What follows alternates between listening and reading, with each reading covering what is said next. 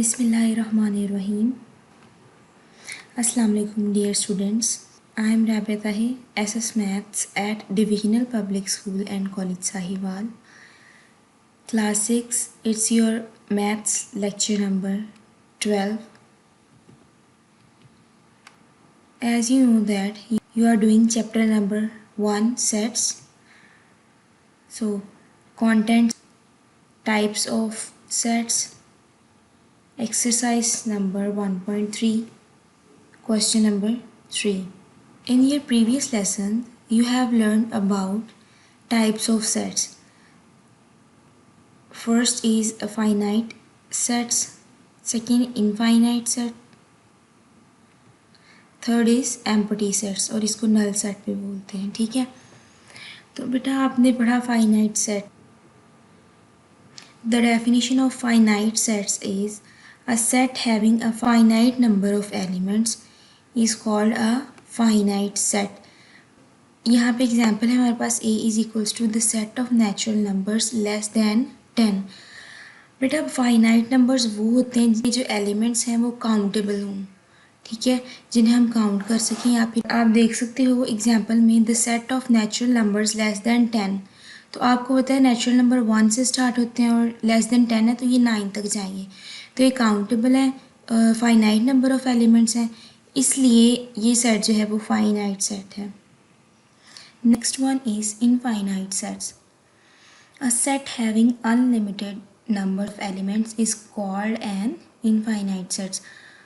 बेटा आपने पढ़ा countable finite numbers of elements हैं जिनको काउंट किया जा सकता है, वो फाइनाइट सेट है। और यहाँ पे इनफाइनाइट मीन्स अनलिमिटेड नंबर जिनको अनकाउंटेबल नंबर ऑफ एलिमेंट्स भी ठीक बोल सकते हैं। ठीक है, अनकाउंटेबल नंबर ऑफ एलिमेंट्स जिस सेट में हूँ वो इनफाइनाइट सेट कहलाएगा। For example the set of odd numbers, अब O is a set of elements 1 3 5 and so on. अब इसमें जितने भी ऑड नंबर्स हैं वो आ जाते हैं, तो आप उन्हें काउंट तो नहीं ना कर सकते, अनलिमिटेड है, ये इनफाइनाइट सेट है। नेक्स्ट एम्प्टी सेट और नल सेट। अब set having no element is known as an empty set or null set. It is denoted by this or this. बेटा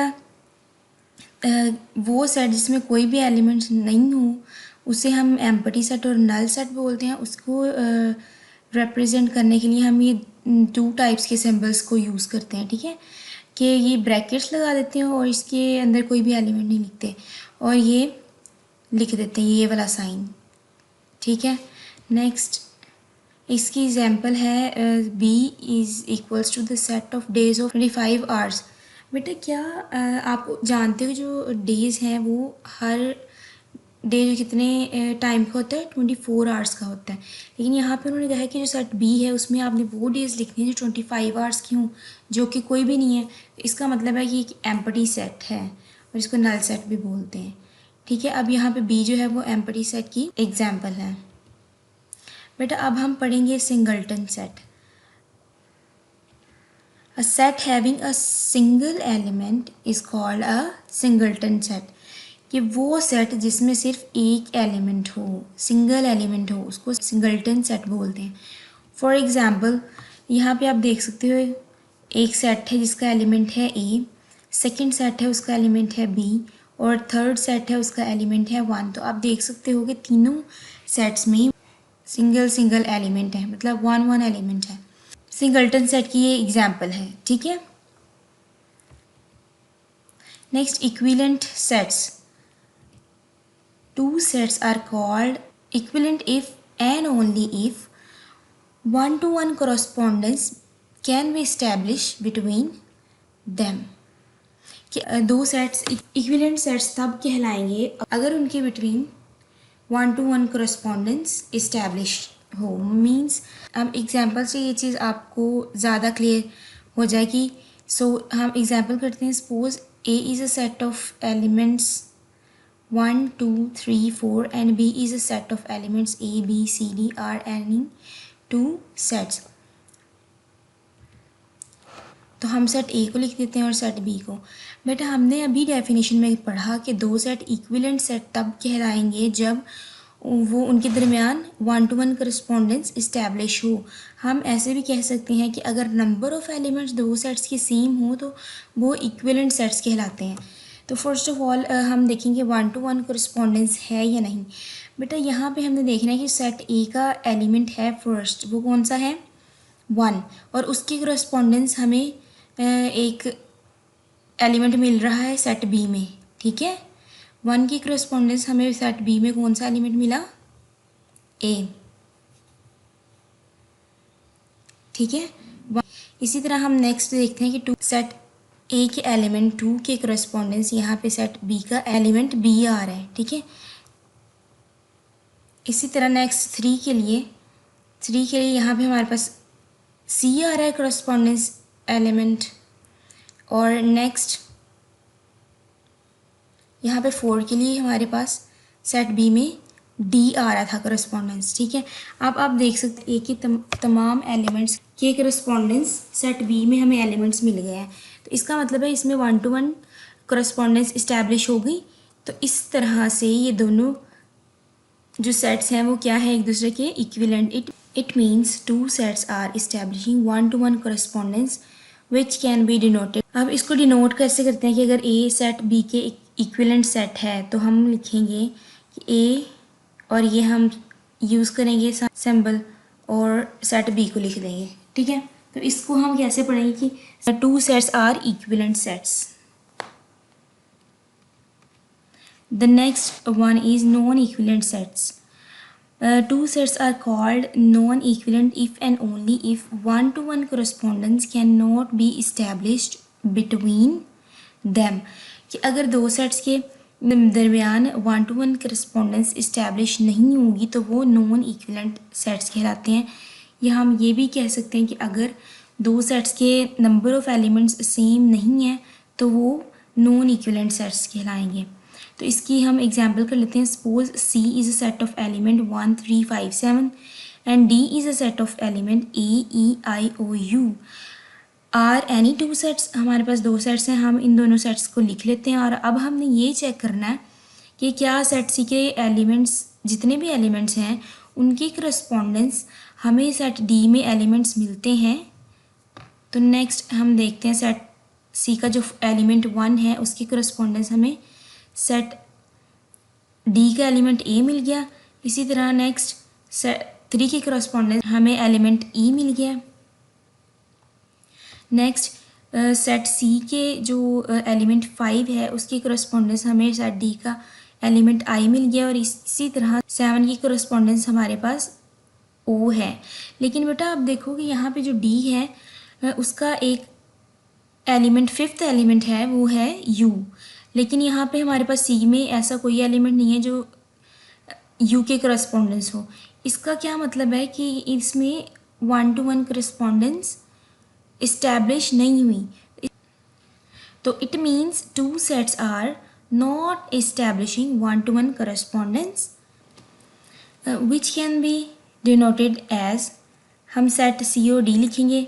और बेटा हमने हमने ये पढ़ा था इक्विवेलेंट के लिए। अब नॉन इक्विवेलेंट सेट है तो हम क्या करेंगे, इस पर एक लाइन या क्रॉस लगा देते हैं। ठीक है, इसका मतलब है सी और D are non equivalent sets. Exercise number 1.3 question number 3, find that the following pairs of sets are equivalent और नॉन इक्विवेलेंट। तो बेटा हमारे पास यहाँ पे फर्स्ट जो क्वेश्चन है वो है A is a set of element 1, 2 and B is a set of element 1, 3 and 7।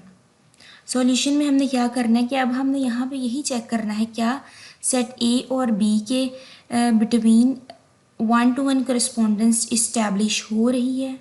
हम देखते हैं, हम लिखेंगे सेट ए और बी और उसके बाद देखेंगे कि सेट ए के तमाम एलिमेंट्स की करस्पॉन्डेंस हमें सेट बी में कोई एलिमेंट मिलता है या नहीं। तो फर्स्ट है 1 सेट ए का एलिमेंट है, उसके लिए उसकी करस्पॉन्डेंस हमें बी में एक एलिमेंट मिल गया 1। नेक्स्ट 2 है, 2 के करस्पॉन्डेंस हमें सेट बी में एलिमेंट 3 मिल गया, लेकिन यहाँ पे हमारे पास सेट बी में एक एलिमेंट 7 भी है जिसकी करस्पॉन्डेंस हमें ए में कोई एलिमेंट नहीं मिलता। इसलिए इसका क्या मतलब है, ये इसमें 1 to 1 कोरेस्पॉन्डेंस इस्टेब्लिश नहीं हुई। इसको लिख देंगे कि it is impossible to establish the 1 to 1 correspondence between set A and B. So set A and set B are non-equivalent sets. ठीक है। Next, the next question number 3 का पार्ट 3 हम कर रहे हैं। ए is set of element -2 -1 0 and 1. B is a set of elements 3 5 7 and 8. Solution में हमने क्या करना है, सिंपल है, दोनों सेट्स को लिखना है, फिर देखना है कि 1 to 1 करस्पॉन्डेंस चेक करनी है। तो फर्स्ट हम देखते हैं कि -2 एलिमेंट है सेट ए का, उसके करस्पॉन्डेंस हमें सेट बी में एक एलिमेंट मिला है 3, ठीक है। नेक्स्ट -1 है, उसके करस्पॉन्डेंस हमें सेट बी में एलिमेंट मिला है 5। और नेक्स्ट सेट ए का एलिमेंट 0 है, उसकी करस्पॉन्डेंस हमें सेट बी का एलिमेंट 7 मिला है।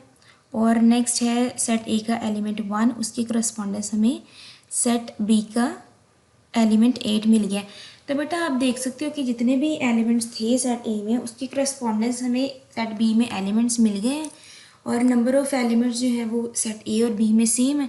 तो इसका क्या मतलब है कि ये दोनों सेट्स इक्विवेलेंट सेट्स हैं। It is possible to establish the 1 to 1 correspondence between set A and B. So set A and set B are equivalent sets. The next one is A is a set of elements A, E, I, O, U and B is a set of elements L, M, N and O.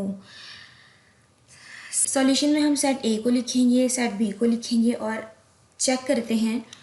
बेटा यहाँ पे हमारे पास set ए का element है ए, उसके correspondence हमें element मिला set B का एल। नेक्स्ट सेट ए का एलिमेंट ई है, उसकी करस्पॉन्डेंस हमें सेट बी का एलिमेंट मिला एम। और सेट ए का एलिमेंट आई है, उसकी करस्पॉन्डेंस हमें मिला सेट बी का एलिमेंट एन। और इसी तरह नेक्स्ट जो सेट ए का एलिमेंट ओ है, उसके लिए हमें ओ की करस्पॉन्डेंस ओ आ गया, ठीक है। लेकिन यहाँ पे सेट ए का एलिमेंट यू है, जिसके करस्पॉन्डेंस हमें सेट बी में कोई एलिमेंट नहीं मिलता। तो इसका क्या मतलब है, और इस नंबर ऑफ़ एलिमेंट्स ए के और नंबर ऑफ़ एलिमेंट्स बी के जो है वो डिफरेंट हैं। तो it is impossible to establish the 1 to 1 correspondence between set A and B. So set A and set B are non equivalent sets, ठीक है बेटा, ये नॉन इक्विवेलेंट सेट्स हैं। The next is A is equals to the set of 4 natural numbers and B is equals to set of 3 wild animals.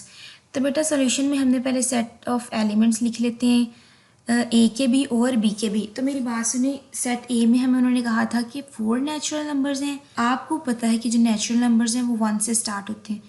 हम लिख देंगे 1 2 3 4, हमारे पास 4 natural numbers आ गए। अब सेट बी में हमें 3 वाइल्ड एनिमल्स लिखने थे, तो हमने वो लिख दिए। B is a set of elements lion, snake और बियर, ठीक है। Now we will check that 1 to 1 correspondence establish in these 2 sets और नॉट। तो बेटा देखें कि सेट ए का जो एलिमेंट 1 है, उसकी करस्पॉन्डेंस हमें सेट बी में एलिमेंट मिल गया लाइन, ठीक है। नेक्स्ट 2 जो है, उसकी करस्पॉन्डेंस हमें सेट बी का एलिमेंट स्नेक मिल गया। और जो 3 है सेट ए का एलिमेंट, उसके करस्पॉन्डेंस हमें सेट बी का एलिमेंट बियर मिला है।